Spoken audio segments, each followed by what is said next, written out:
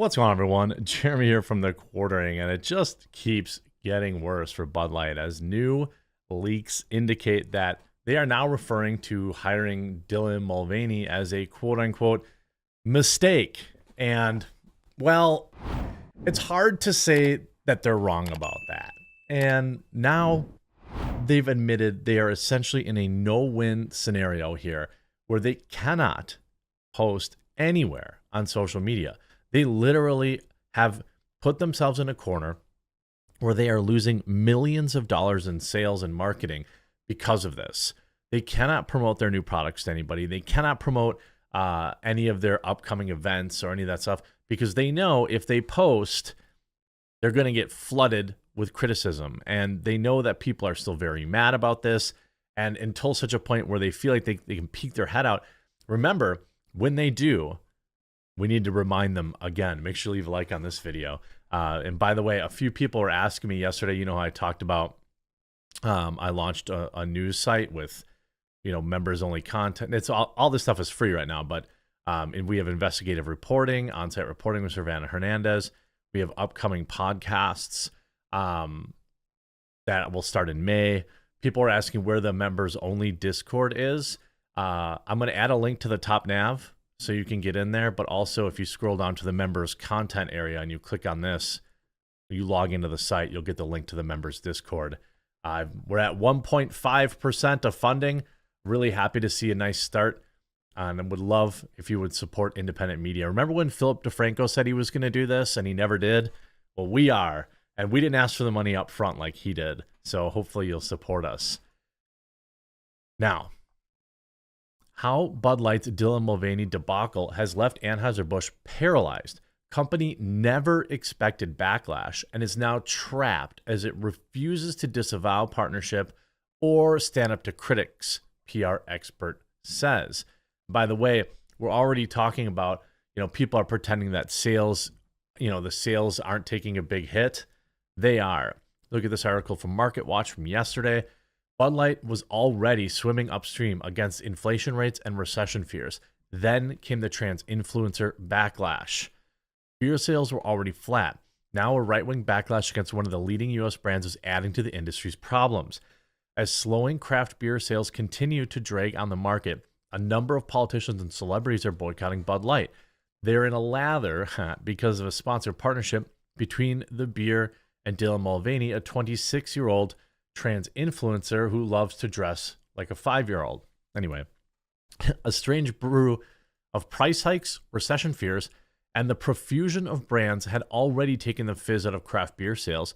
And now the Bud Light Dylan Mulvaney partnership has sparked a culture war sub-conflict in which musician Kid Rock and Representative Marjorie Taylor Greene have filmed themselves buying Coors product in protest. For now, no hard data on the financial fallout of the Bud Light protest, but the brand, analysts say, has already become less relevant in the United States to both beer drinkers and to Budweiser's parent company, Belgium-based Anheuser-Busch InBev. InBev, which reports first quarter financials on May 4th, didn't respond to a request for information about the financial impact, if any, of the controversy. A representative for Mulvaney also did not respond. Last month, InBev CEO Michael Don't Care said fourth quarter sales climbed 10%, helped by price increases, even though volume dipped by 0.6%. Sure, it's still, they write, quote, it's still too soon to tell in retail sales, says John Berg, vice president of beverage alcohol, thought leadership at Nielsen IQ. He noted that beer sales aren't just flat, but that craft beer share of the total market have declined to 11.6% over the last 52 weeks. Still, the impact of any right-wing backlash could be eclipsed by the broader slowdown in beer industry. As inflation cuts into consumer purchases, craft beer has become a barroom staple, and brewers crank out seemingly endless rotation of sours and hazy IPAs that to some have fully saturated the market. Well, they definitely have. You know, estimated U.S. craft beer volume. They could go through all that. You know, people are just choosing better products or more interesting products. So let's look at this article. Bud Light parent company Anheuser-Busch appears to be trapped between a rock and a hard place as it grapples with the polarization over its paid partnership with trans influencer Dylan Mulvaney. I mentioned earlier, insiders at Budweiser have referred to the hiring as a, quote, mistake. But what is it that they do? If they come out and say, oopsie doopsie, we're sorry, the entirety of mainstream media will call them transphobic and cancel them. If they don't say, hey, whoops, it was a misstep, then their existing customers who have boycotted aren't going to come back. And to be honest, there will be many that just moved on anyway because the decision was made and you're only sorry now after you got backlash. Since the controversy emerged on April 1st, Bud Light and Anheuser-Busch's main social media accounts have fallen silent, despite major sporting events of the kind the brand would typically chime in on. Aside from the initial terse statement, Anheuser-Busch has also ignored media requests on the issue. Last week, Missouri distributor canceled an event featuring the famed Budweiser Clydesdales, citing safety concerns. I also talked about a video earlier today where people were calling in threats to some of their brewing facilities, which I don't support. Quote, they never expected the reaction they got, said Gareth Boyd, a marketing and PR expert for Forte Analytica, speaking with Daily Mail on Thursday, Industry Observer. As an industry observer, right now, if they respond and they don't get it right, they're only going to further hurt themselves. I think they're probably trying to avoid talking about it, hoping and praying that it will go away. But it's probably the worst thing you could possibly do, he added.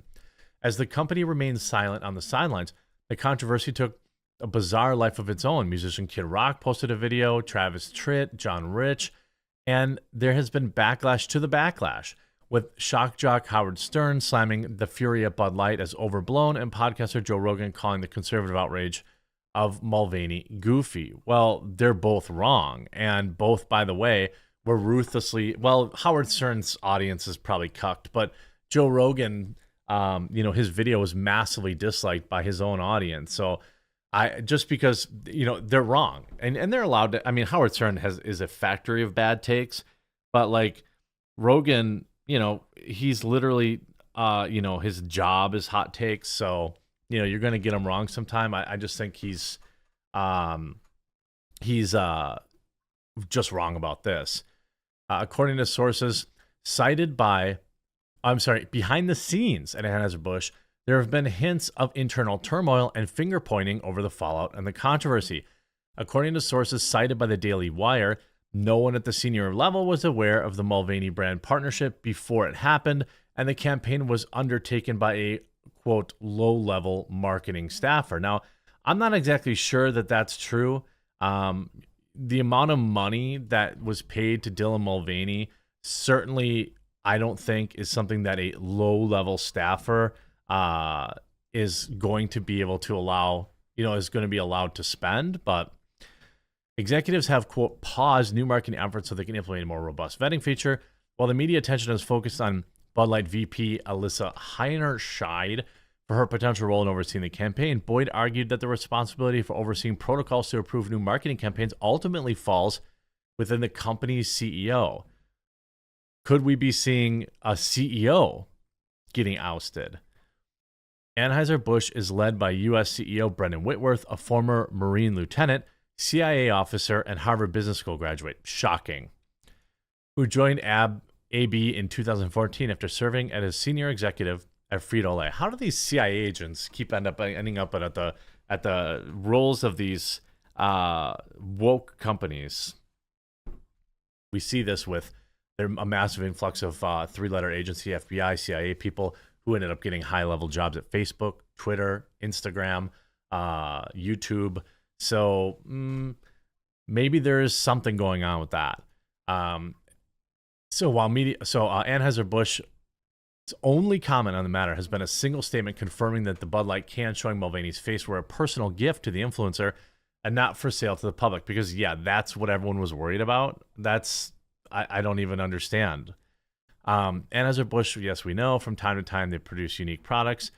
I think that you see here, they have a really big problem, and the longer they go on not actually releasing something concrete, it's only going to get worse. Boyd questioned whether the proper contingency planning was carried out at Anheuser-Busch before launching the partnership with Mulvaney, saying it appeared that the company did not have any kind of response plan in place. You would have thought that they would have something to say. Okay, in a worst case scenario of backlash, what do we fall back to? In contrast, Nike faced similar online backlash over brand partnership with the same person, but has forged ahead with social media posts and struck back at critics. Marketing experts say Nike may have been better positioned to respond decisively to the backlash as its core customers skew younger and more liberal than Bud Light. Well, yeah, I would think so. I don't know that being liberal is necessarily a product of buying Nike, but apparently, I guess. The idea that, these two companies, I mean, I suppose, if you look at it, Nike's been relatively out in front of the kind of woke movement for quite some time versus Budweiser, which is just kind of starting out to be that way. So it's going to be interesting to see if we see any comments over the weekend. Have you stopped buying Bud Light? I suspect maybe you have. I'm looking forward to reading your comments in the comment section down below. And remember, check out thepublica.com. I'd absolutely love to have you as a member there. We're doing what people like Philip DeFranco said they would, but never did. We launched fully in May, but right now we've got still lots of articles on the site and videos and all sorts of stuff like that. And I'd love your thoughts. Hope you enjoyed this video. We'll talk to you again real soon.